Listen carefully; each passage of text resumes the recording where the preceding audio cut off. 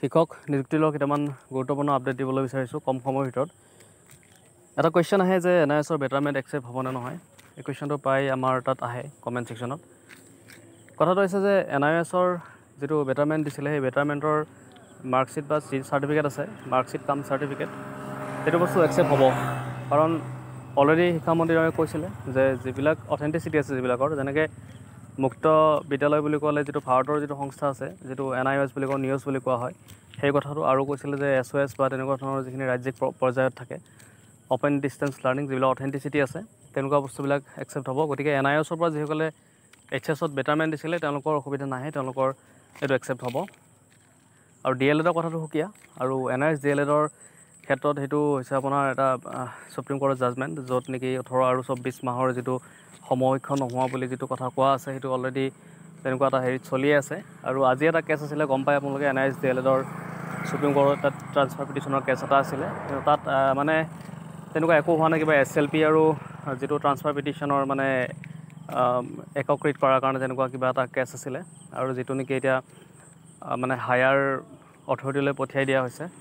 তো এইটো এতিয়া যাব আপোনাৰ একদম ছিনিয়ৰ মষ্ট জাজলৈ এইটো গুচি যাব, অৰ্থাৎ যিটো চিফ জাষ্টিচ অফ ইণ্ডিয়া তেওঁলৈকে এইটো যাব। তাৰপিছত তেওঁ সেই বস্তুটো কি বেঞ্চত পঠাব লাগে সেইটো পঠিয়াই দিব। তো NIS DLEDৰ ক্ষেত্ৰত যিটো TP কেছ আছিলে, TP কেছৰ ইমান এটা আজি ৰিজাল্ট তেনেকুৱা একো আমি অহা দেখা নাই।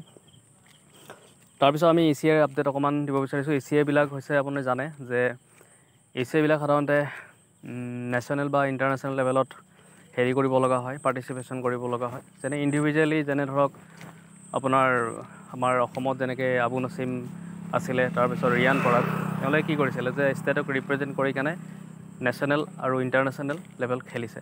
তো তেনেকুৱা ধৰণৰ হেৰি হ'ব লাগিব মানে। তো সেনেকুৱা যদি হয়, নেশ্যনেল লেভেলত বা ইণ্টাৰনেশ্যনেল লেভেলত যদি পাৰ্টিচিপেশ্যন কৰা হয় ইণ্ডিভিজুৱেলি, তেনেকুৱা ক্ষেত্ৰত বস্তুবিলাক একচেপ্ট হোৱা দেখা যায়।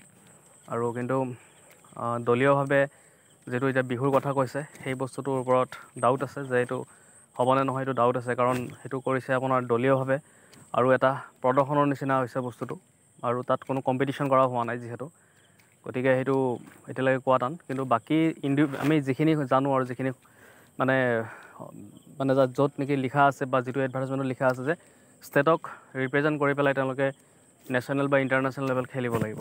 তো তেনেকুৱা হ'লে আপোনাৰ যেনেকৈ আমি উদাহৰণ ল'বই পাৰোঁ, ৰিয়ান পৰাগ বা আবু নাছিম আহমেদ বা আপোনাৰ যি লাভলীনা বা হিমা দাস, তেওঁলোকে ষ্টেটক ৰিপ্ৰেজেণ্ট কৰি পেলাই যি নেশ্যনেল ইণ্টাৰনেশ্যনেল লেভেল খেলিছে, ইণ্ডিভিজুৱেলি প্ৰতিযোগিতা কৰিছে, তেনেকুৱা ধৰণৰ বস্তুবিলাক মানে একচেপ্ট হয়, তেনেকুৱা এটা কথা।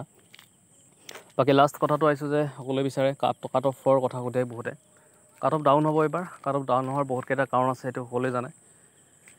কাৰণকেইটা অলৰেডি মই ডিছকাছ কৰিছিলোঁ আগতে যে ভালেকেইটা কাৰণ কাট অফ ডাউন হ'ব। তাৰ ভিতৰত যদি চাই, regularisation of contractual teachers number 1, number 2 NIOS invalid, তাৰপিছত BEd যিটো LPত নাই তেনেকুৱা ইছ্যু, তাৰপিছত আপোনাৰ CTET যিটো 2023 চনত হৈছিলে, এই 2023 চনত হোৱা CTET এপ্লাই কৰিবলৈ সুযোগ পোৱা নাছিলে, এইটো এটা কাৰণ আছিলে।